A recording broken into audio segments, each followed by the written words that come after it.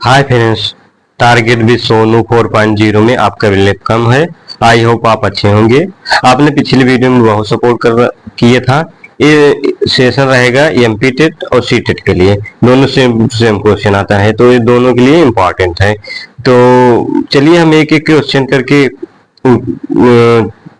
करते हैं। और अगर चैनल को सब्सक्राइब नहीं किया तो चैनल को सब्सक्राइब कर लेना। चलिए हम एक पहला क्वेश्चन देखें। निम्नलिखित में से कौन सा कथन आकलन प्रक्रियाओं के बारे में सबसे कम उपयुक्त है? हमें मतलब निगेटिव ढूंढना है, कम। तो देखिए ऑप्शन 1 है, बच्चे को निजी विवरण और व्यक्तित्व पृष्ठपोषण यानी फीडबैक देना वांछनीय अभ्यास है। बी है, सीखने के संकेतों और उपसंकेतों की सूची बनाना, रिपोर्टिंग को अधिक विस्तृत बनाना। सी है, ठीक, अच्छा और बहुत अच्छा जैसे टिप्पणियों बच्चे के सीखने के बारे में एक समझ प्रदान करती है। डी है, बच्चों को पोर्टफोलियो में केवल उनके सबसे बेहतर कार्य न होकर सभी तरह से कार्य होना चाहिए। तो आप लोग बताइएगा इसमें से कौन सा ऑप्शन सही है। इसमें ऑप्शन नंबर ए है, बच्चे के निजी विवरण और व्यक्तित्व पृष्ठपोषणों यानी फीडबैक देना वांछनीय अभ्यास है, एक निगेटिव है। दूसरा क्वेश्चन है, दिए गए प्रश्न को ध्यान से पढ़ें। क्या आपने अपने घर या स्कूल के आसपास से जानवर देखा है जिन्हें छोटे बच्चे हैं? अपनी नोट पुस्तक में उन्हें नाम बताइए। देखिए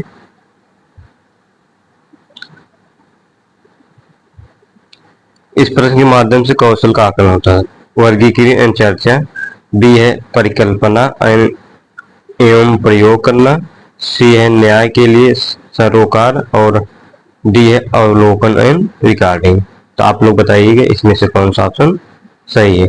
इसमें ऑप्शन नंबर डी सही है, अवलोकन और रिकॉर्डिंग। आप लोग प्रश्न को देख लीजिएगा।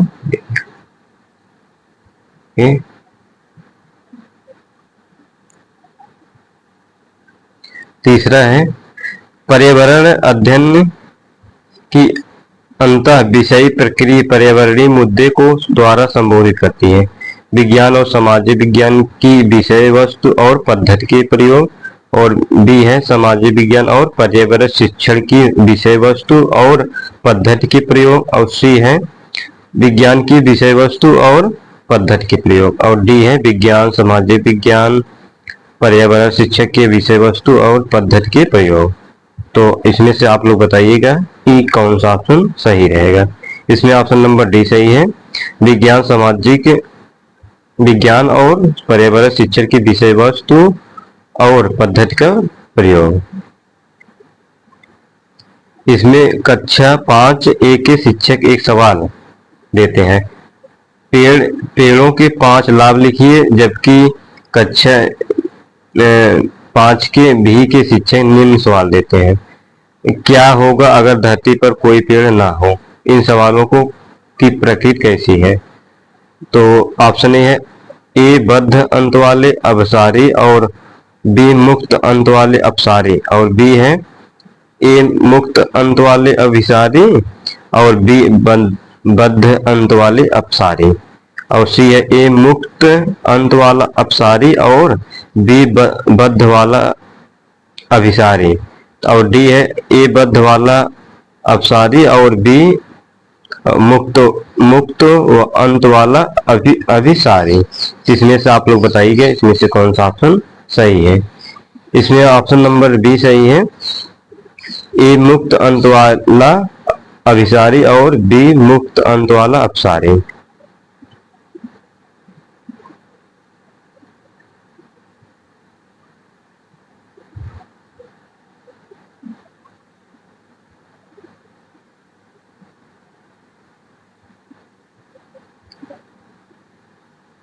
पांच नंबर है, कक्षा 1 में पर्यावरण में शिक्षार्थियों के आकलन के बारे में निम्नलिखित में कौन सा सत्य है?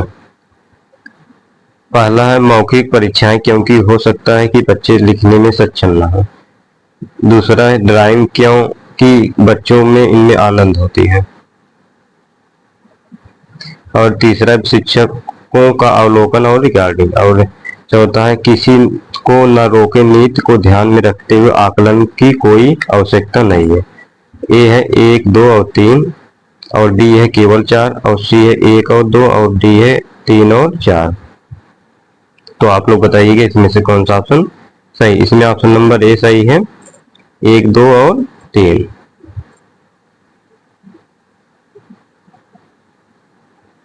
आप लोगों को अगर वीडियो अच्छा लगी हो तो वीडियो को लाइक में शेयर करेंगे। कक्षा 5 की शिक्षिका एक एल्युमिनियम फाइल लेती है और पानी में डाल देती है एवं दिखाती है कि वह ऊपर तैरता है। फिर वह फाइल को मोड़कर जोर से दबाती है, निचोड़ती है और फिर से पानी में डाल देती है तथा शिक्षार्थियों को दिखाती है कि वह डूबता है। बाद में वह शिक्षार्थियों को यह सोचने और कारण देने के लिए कहती है कि ऐसा क्यों हुआ। इस प्रश्न का उत्तर देने में निम्नलिखित में कौन सा प्रक्रम कौशल का विकास करता है। ऑप्शन ए है परिकल्पना, ऑप्शन बी है वर्गीकरण, ऑप्शन सी है अवलोकन, ऑप्शन डी है मापन। तो आप लोग बताइएगा इसमें से कौन सा ऑप्शन सही है। इसमें ऑप्शन नंबर सी सही है, अवलोकन। 7 नंबर है पर्यावरण अध्ययन के शिक्षा शास्त्र के संदर्भ में सिवाय के निम्नलिखित सभी अवांछनीय अभ्यास है। ए आलोचना चिंतन की और समस्या समाधान के लिए क्षमता संवर्धन करने, और बी है बच्चे की असीमता यानी व्यक्तित्व का पोषण करें, और सी है वास्तविक अवलोकन के स्थान पर पाठ्य पुस्तकीय ज्ञान की श्रेष्ठता को स्वीकार करें, और डी है पाठ्य वस्तुओं और संदर्भों में बहुलता को बढ़ावा देने। तो आप लोग बताइएगा इसमें से कौन सा ऑप्शन सही है।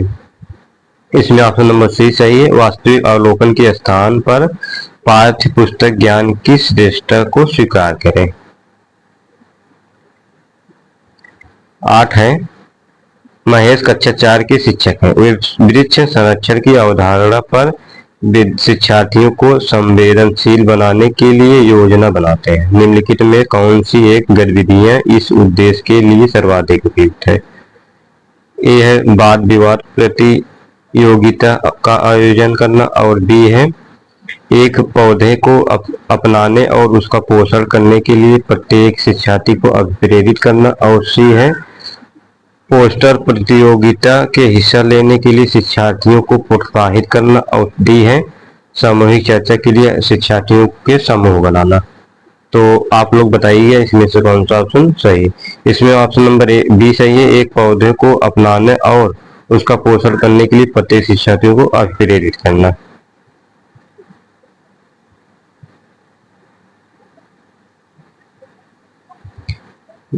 नौ नंबर है पर्यावरण अध्ययन के बच्चे शिल्पकला और चित्रकला को समूह में सीखने विशेष रूप से पसंद करते हैं क्योंकि एक है यह सहपाठी अध्ययन को बढ़ावा देते हैं, दूसरा है यह सामाजिक अध्ययन को बेहतर बनाता है, तीसरा है जब बच्चों को सृजनात्मक को प्रशंसा की जाती है तो वे खुश होते हैं, वह उसके प्रति प्रेरित भी होते हैं, और चौथा है यह कक्षा में अनुशासन को बढ़ावा देते हैं यानी बढ़ाता है। ऑप्शन ए है 1 और चौथा, बी है 1, 2 और 4, और सी है 1, 2 और 3, और डी है 1, 2 और 3। तो आप लोग बताइएगा इसमें से कौन सा ऑप्शन सही है। इसमें ऑप्शन नंबर सी सही है, 1, 3 और 2।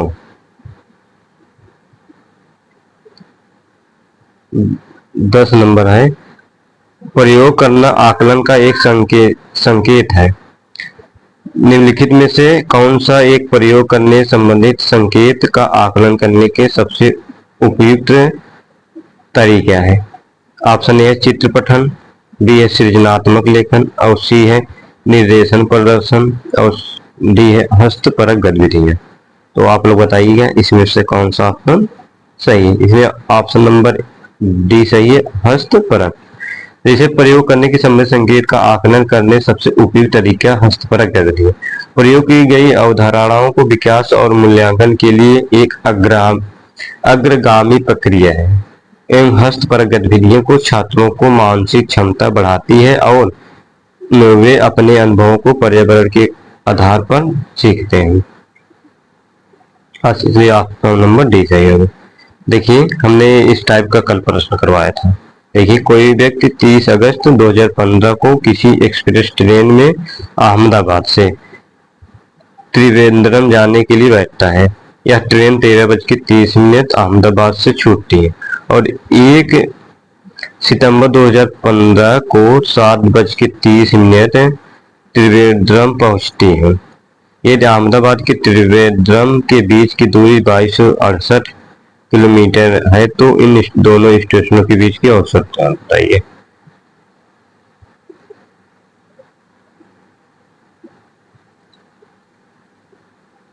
यानी दोपहर में 1:30 से छूटती है और 1 तारीख को यानी लगभग 48 घंटे से कम, यानी आप लोग जोड़ेंगे तो 3 दिन से थोड़ा सा कम, मतलब 2 दिन से भी कम है। तो देखिए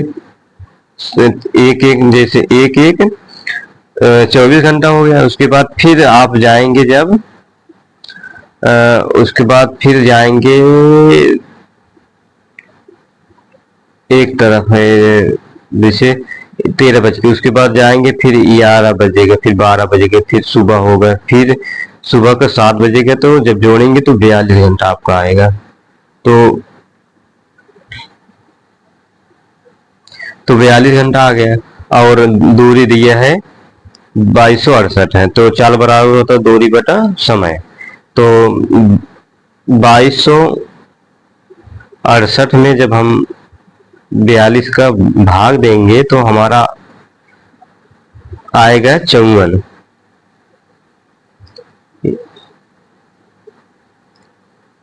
आएगा।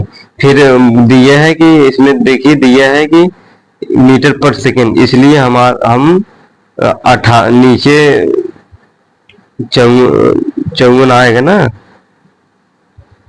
देखिए जब 54 आ गया तो फिर हमें बोला है कि ये मीटर आ गया, मतलब मीटर प्रति घंटे में आ गया, तो उसको हम मीटर पर सेकंड बदलेंगे। तो 54 में जब हम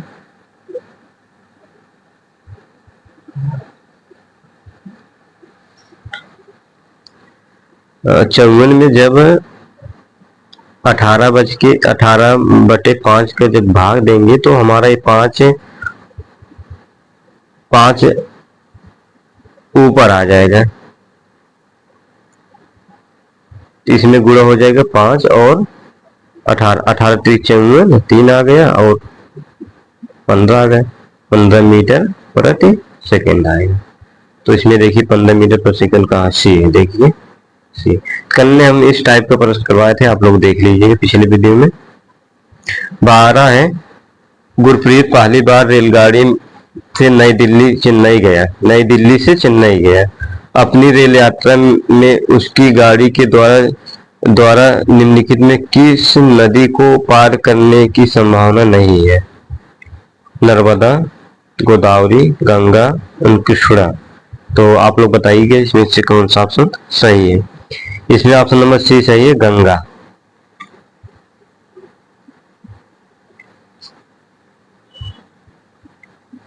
तेरह है, हमारे देश में निम्नलिखित स्थान में कौन सा ठंडा रेगिस्तान है? दार्जिलिंग, जैसलमेर, लद्दाख और मेघालय। तो आप लोग बताइएगा इसमें से कौन सा ऑप्शन सही है? इसमें ऑप्शन नंबर सी सही है, लद्दाख। 14 है, कक्षा 5 का परिवर्धन पाठ्य पुस्तक का एक पाठ है, उसी से ठंडा उसी से गर्म, डॉक्टर जाकिर हुसैन द्वारा लिखी गई एक कहानी है। उन्होंने बच्चों के लिए एक ऐसी कई कहानियां लिखी हैं। उनकी मृत्यु के समय वे थे भारत के प्रधानमंत्री, बी है भारत के मुख्य न्यायाधीश और सी है भारत के उपराष्ट्रपति और भारत के राष्ट्रपति। तो आप लोग बताइएगा इसमें से कौन सा ऑप्शन सही? इसमें ऑप्शन नंबर डी सही है, भारत के राष्ट्रपति थे उस समय। 15 है, खाद्य संरक्षण के लिए निम्नलिखित में कौन सा जोड़ा ठीक नहीं है? कच्चा आम अचार, आलू चिप्स, दूध पनीर, सेब जैम। आप लोग बताइए इसमें से कौन सा ऑप्शन सही है। इसमें ऑप्शन नंबर सी सही, दूध और पनीर। दूध से कई चीजें बनता है, इसलिए ये नहीं सही है। देखिए 16 है, घरों के नीचे दी गई विशिष्टताओं पर विचार कीजिए। ए, निचली मंजिल के में कोई खिड़की नहीं। बी, पेड़ के तनों की लकड़ी से बनी ढालू छतें। सी, पत्थर के खंभों पर जमीन के लगभग 10 से 12 फुट ऊंचाई पर बने घर। और डी है पत्थर, गारा और चूने से बनी मोटी दीवारें। ई है लकड़ी के फर्श। तो लेह लद्दाख के घरों में ऊपर दी गई कौन सी विशेषताएं पाई जाती हैं? ऑप्शन है A B C, option B है B C D, option C है C D E, option D है ए बी ई। तो आप लोग बताइए इसमें से कौन सा ऑप्शन सही है। इसमें ऑप्शन नंबर डी सही है, ए डी और ई।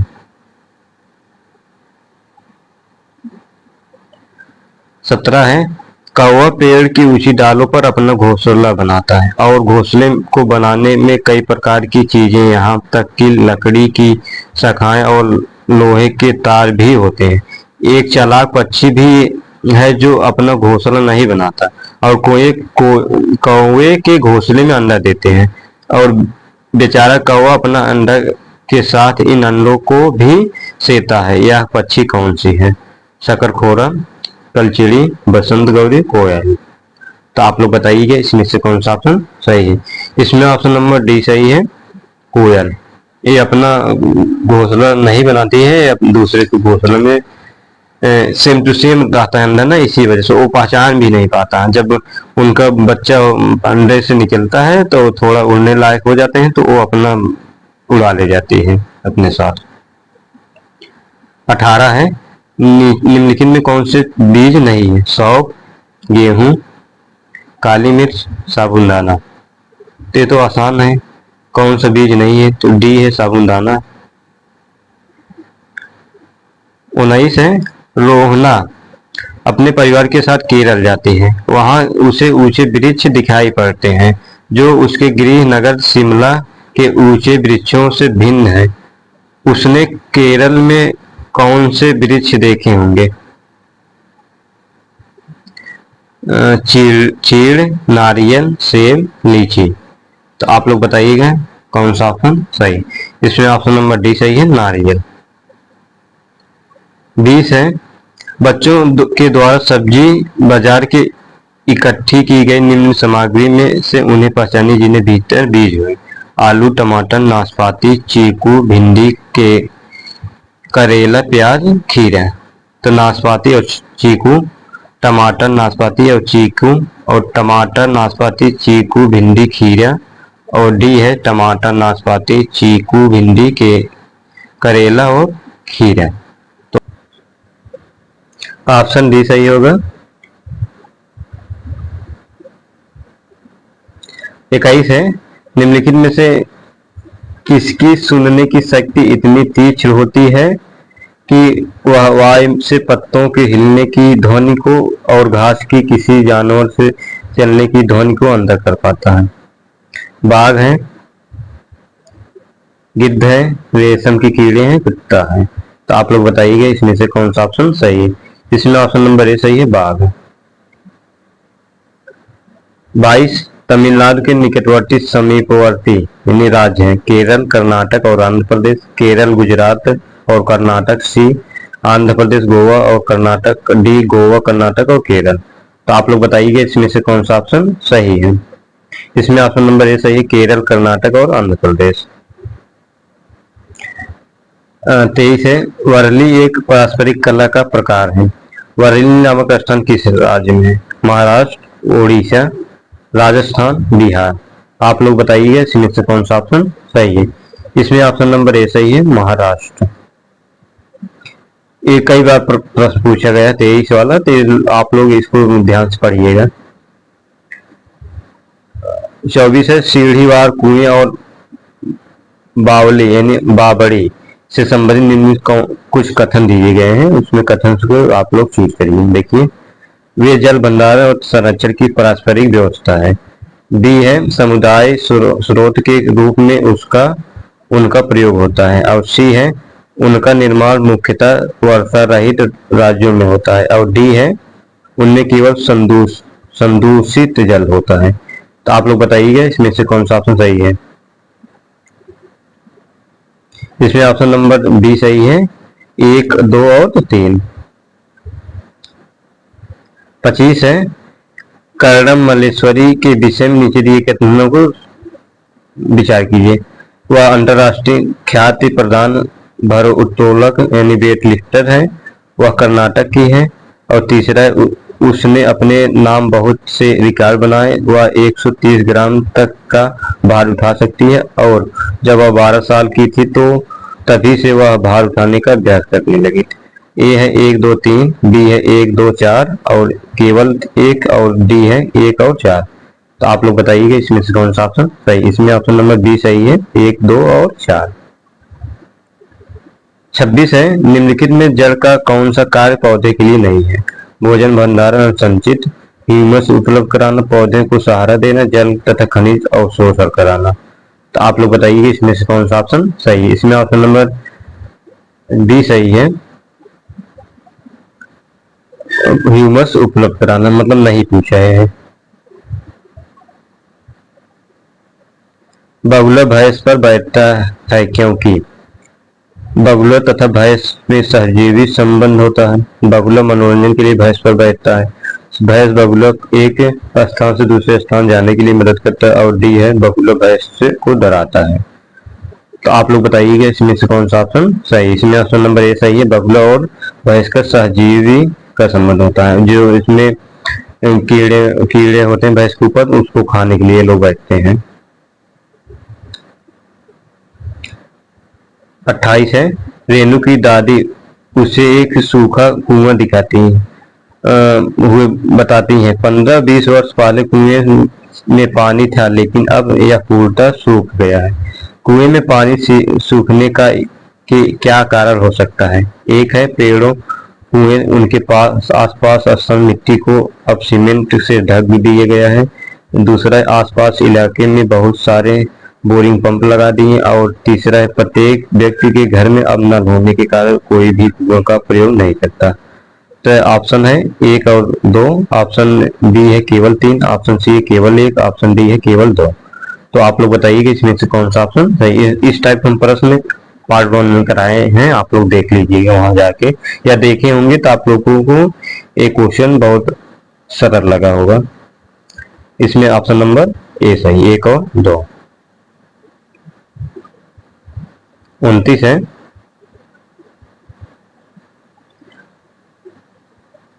कांच के जार तथा बोतल को उनमें अचार भरने से पूर्व सूर्य को धूप से अच्छी तरह सुखाया जाता है, ऐसा क्यों। ए है उनके तापमान वृद्धि करने के लिए, ऑप्शन बी है उनमें धूल को हटाने के लिए, और बी नमी को पूर्णतः हटाने के लिए, और अचार को स्वादिष्ट बनाने के लिए।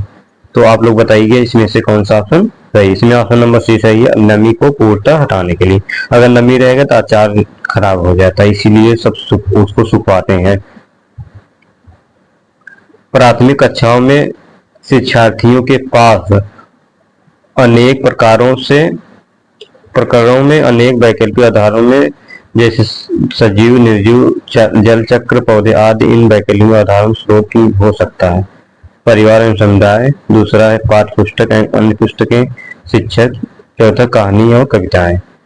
तो ऑप्शन है 1, 2 और 4, 1, 2, 3, 4, और सी है केवल 1, और डी है केवल 1 और 2।